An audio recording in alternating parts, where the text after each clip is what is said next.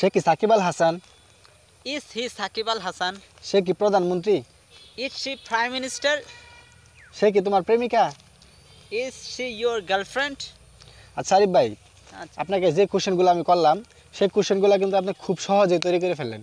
ইংরেজিতে তৈরি করছেন খুব সহজেই। এই ধরনের কোশ্চেন কিন্তু সবগুলো মুখস্থ করে তৈরি করা সম্ভব না। অবশ্যই কিন্তু এই ধরনের কোশ্চেন তৈরি করার কিছু স্ট্রাকচার বা কোনো সিস্টেম আছে। তো এই সিস্টেমটা কি আমাদেরকে বলবেন? অবশ্যই এই কোশ্চেনগুলো তৈরি করার আপনার সিস্টেম আছে। আপনি যদি এই কোশ্চেনগুলো সহজে তৈরি করতে চান, প্রথমে আপনি ইস নিয়ে আসবেন। Is? Is Okay. ইস নিয়ে আসবেন, তারপর হচ্ছে সাবজেক্ট নিয়ে আসবেন। সাবজেক্ট নিয়ে আসবেন। এখন সাবজেক্ট তো আপনি জানেনই যে কোনগুলা সাবজেক্ট। আই, উই, দে, তারপর হচ্ছে ইউ, এগুলো হচ্ছে সাবজেক্ট। কমন না? ইয়েস। প্রথম হচ্ছে আপনার ইস, তারপর হচ্ছে সাবজেক্ট, তারপরে নাউন অথবা অ্যাডজেক্টিভ, নাম অথবা অ্যাডজেক্টিভ, যে কোনো একটা নিয়ে আসবেন। প্রথমে আমরা ধরেন নাউন দিয়ে একটা কোশ্চেন প্র্যাকটিস করি। যেমন ধরেন আমি বললাম যে ইস হি আরিফ, সে কি আরিফ? ইস হি আরিফ, নাউন, এটা কিন্তু নাম কিন্তু। ইস হি আরিফ, সে কি আরিফ? এক্ষেত্রে দেখেন প্রথমে আমি নিয়ে আসছি ইস, তারপর হচ্ছে হি যেটা হচ্ছে সাবজেক্ট, তারপর হচ্ছে আরিফ যেটা হচ্ছে নাউন। তাহলে ইস হি আরিফ, সে কি আরিফ? তাহলে নাউন দিয়ে আর কয়েকটা কোশ্চেন আপনাকে করি। আচ্ছা করেন, বাংলা বলেন, আমি ইংরেজিতে ট্রান্সলেট করতেছি। সে কি তোমার বন্ধু? সে কি তোমার বন্ধু? Is he your friend? সে কি ছাত্র? সে কি ছাত্র? Is he student? সে কি শিক্ষক? Is he teacher? সে কি বিজ্ঞানী? Is he scientist? সে কি doctor? Is he doctor? Okay, তাহলে নাউন দিয়ে তো করলাম, তাহলে এখন অ্যাডজেক্টিভ দিয়ে কয়েকটা কোশ্চেন করি। ওকে, আচ্ছা করেন, অ্যাডজেক্টিভ দিয়েও তো করতে হবে, শুধু তো নাউন দিয়ে শিখলে হবে না। অবশ্যই। সে কি রাগান্বিত? সে কি রাগান্বিত? এখানে রাগান্বিত শব্দটাই হচ্ছে অ্যাডজেক্টিভ। ইয়েস। তাহলে সে কি রাগান্বিত? Is he angry? সে কি রাগান্বিত? সে কি সুখী? Is he happy? সে কি সুখী? ওকে, আমরা কিন্তু অনেক সময় বলি যে আসলে ব্যক্তিরা হতাশ বা সে কি হতাশ, এরকম ধরনের কথা বলি। তাহলে সে কি হতাশ, এটা কি হবে? সে কি হতাশ? ইয়েস। এটা আপনি জানতে চাচ্ছেন সে কি হতাশ কিনা? না না না, সে কি হতাশ, এটা ইংরেজি কি হবে? এটাই তো আপনি কোশ্চেনের মাধ্যমে বলতেছেন, সে কি হতাশ?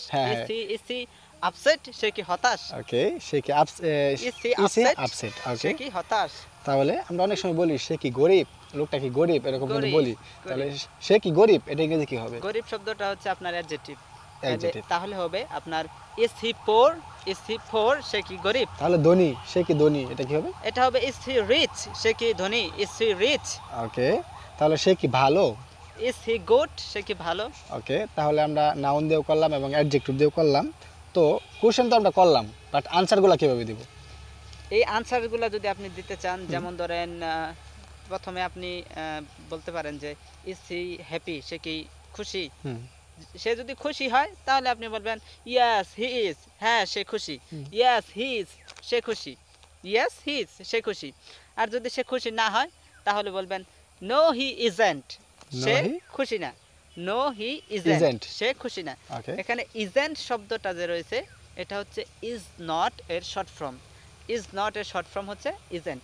আপনি এইভাবে বলতে পারেন no he is not, no he is not, অথবা নো হি ইজেন্ট। তার মানে সে সুখী না। একদমই সিম্পল। তো খুব ভালো লাগলো, কোশ্চেনগুলো এবং আনসারগুলো খুব সহজে আমরা দিতে পারবো। বাট ক্লাসটা আজকে সত্যি অনেক স্পেশাল ছিল।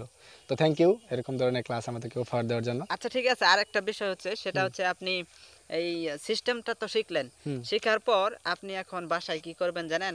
আপনি বাসায় এরকম আপনি বেশি বেশি অ্যাডজেক্টিভ নেবেন, বেশি বেশি নাউন নেবেন, নেওয়ার পরে আপনি এরকম ভাবে পরিবর্তন করে করে আপনি প্র্যাকটিস করবেন। যেমন ইজ হি রাকিব? সে কি রাকিব? ইজ হি ঋতু? সে কি ঋতু? কিছু নাউন নিব এবং কিছু অ্যাডজেক্টিভ নিব, নিয়ে আলাদা আলাদা ভাবে খুব সুন্দর অনেক বেশি প্র্যাকটিস করব, তাহলে পারবো।